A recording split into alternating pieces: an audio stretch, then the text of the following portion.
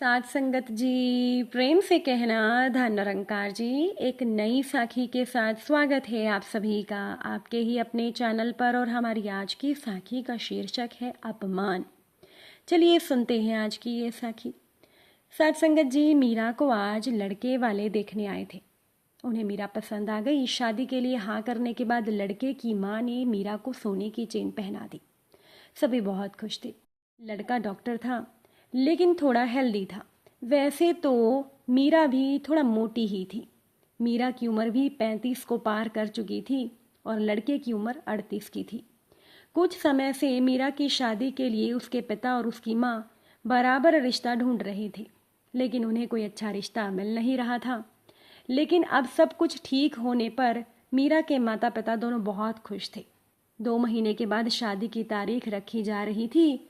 सभी की खुशी का कोई ठिकाना नहीं था।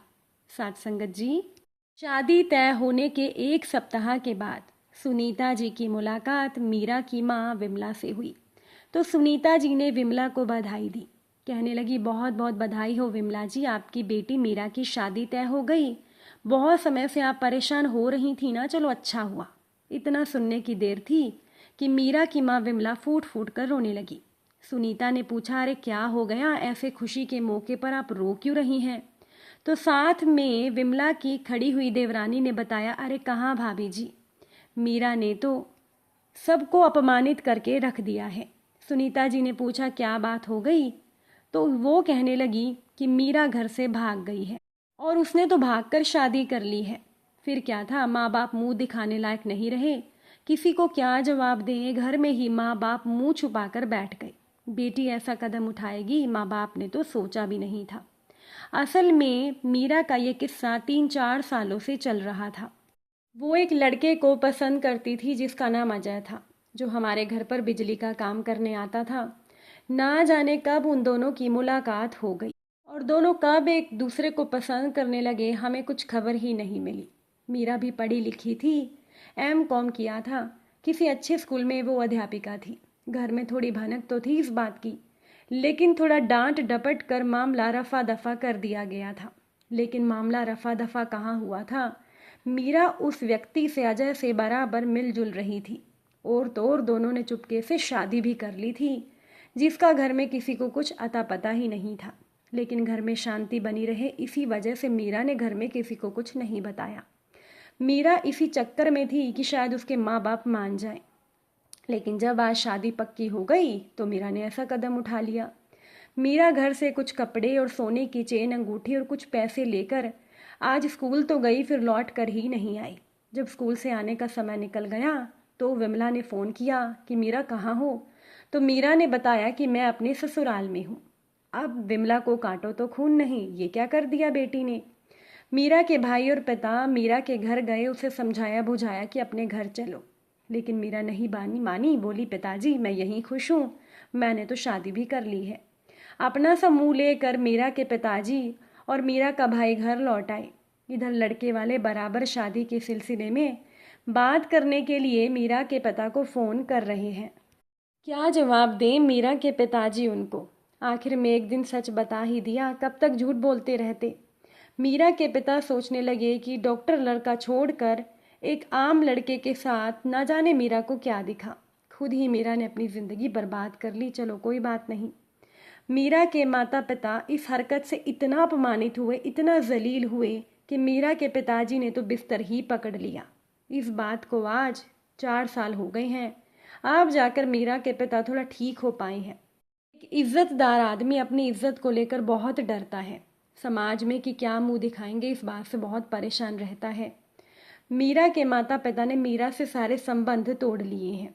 कैसी है मीरा, ये भी उन्हें पता नहीं। साथ संगत जी, इसके बाद विमला की देवरानी सुनीता को बताने लगी कि जब आपके दिल पर कोई गहरी चोट पहुंचती है तो आपके सारे एहसास खुद ब खुद खत्म हो जाते हैं। और वो ही मीरा के माता पिता के साथ हुआ। साथ संगत जी, दक्ष प्रजापति के यज्ञ में जब दक्ष प्रजापति भगवान शंकर का बड़े कड़वे शब्दों में अपमान करते हैं तो नंदी जी यज्ञशाला में उपस्थित सभी को एक एक करके शाप देते हैं। ब्राह्मण जो दक्ष प्रजापति का यज्ञ करने आए थे वो भी दक्ष प्रजापति के डर से महादेव के अपमान पर चुप रहे, कोई विरोध नहीं किया। महादेव तो अपमान सम्मान से परे हैं, लेकिन नंदी जी से अपने भगवान का अपमान असहनीय था। उन्होंने ब्राह्मणों को महादेव के प्रति अपमान पर चुप रहता देखकर ब्राह्मणों को श्राप दिया कि हे ब्राह्मणों, जाओ, तुम कर्म कांड में ही भ्रमित रहोगे और इसी में जीवन नष्ट कर लोगे, और भगवत तत्व से तुम अनभिज्ञ रहोगे। कर्म कांड में ही उलझकर तुम परम ज्ञान से विमुख रहोगे। मैं तुम्हें श्राप देता हूं कि तुम्हें बहुत सारा धन, वैभव, दान, दक्षिणा और संसारिक वैभव जैसे मान, यश इत्यादि मिले, जिससे तुम उसी में फंसे रहकर अपने आत्म तत्व को ना जान पाओ और अपने अमूल्य समय को नष्ट कर दो। तुम अपने चरण वंदन ही करवाकर अपने अहंकार को पोषित करोगे और आत्म लक्ष्य से भटक जाओगे। तुम्हें इतनी धन संपदा, वैभव मिले कि तुम अपने आत्म चिंतन और मूल आत्म लक्ष्य से भटक जाओ और भगवत तत्व या शिव तत्व या कल्याण मार्ग से भटक जाओ। तुम्हें आत्मबोध ना हो पाए, जिससे तुम अंततः भगवत चिंतन और भगवत तत्व को प्राप्त ना कर सको। ये श्राप सुनकर ब्राह्मण शिरोमणि महर्षि भृगु बहुत ही क्रोधित हो गए कि नंदी ने इतना घटिया श्राप दे डाला ब्राह्मणों को। उन्होंने भी क्रोध में आकर श्यामों को ये श्राप दे दिया कि जाओ, तुम लोग भी मात्र शरीर पर भस्म लगाते रहोगे, शमशान में तांत्रिक क्रिया या साधना करोगे, साधना के नाम पर नग्नता धारण करोगे, अशुद्धि से रहोगे, हड्डी और कपाल लेकर घूमोगे, शरीर को खूब कष्ट देकर तुम्हें लगेगा कि तुम बहुत बड़ी साधना कर रहे हो, लेकिन इन्हीं सब में भ्रमित होकर तुम शिव तत्व और भगवत तत्व से विमुक्त रहोगे। साध संगत जी, आप इसका अभिप्राय समझे? नंदी जी का श्राप देखिए। इसका अर्थ है कि धन, संपदा, वैभव, मान, सम्मान, यश, दान, दक्षिणा इत्यादि लेना पहले ब्राह्मणों के लिए घोर श्राप और बहुत बड़ी विपत्ति के समान था। आज नंदी जी अगर ये श्राप ब्राह्मणों को दे दें या किसी भी साधारण को ही दे दें तो लोग खुशी से पागल हो जाएंगे, झूमेंगे, नाचेंगे, अपने आप को सौभाग्यशाली मानेंगे। अर्थात जो पहले श्राप था वो कलयुग में मलिन बुद्धि होने के कारण लोग वरदान समझते हैं, और यही हो रहा है। ब्राह्मणों में वैराग्य, त्याग का पूर्णता भाव हो गया है और वो इसी में अपना परम सौभाग्य समझते हैं, जो श्राप के समान था पहले। अब आइए महर्षि भृगु जी के श्राप पर। आप स्वयं देखिए कि भगवान शिवजी के नाम पर तथा कथित लोग, साधु लोग, चरस, अफीम और तरह तरह के मादक पदार्थों का सेवन करते हैं। ऊट पटांग की साधना, जिसका आत्मज्ञान और भगवत प्रेम से कोई संबंध नहीं, उसी में लिप्त रहते हैं।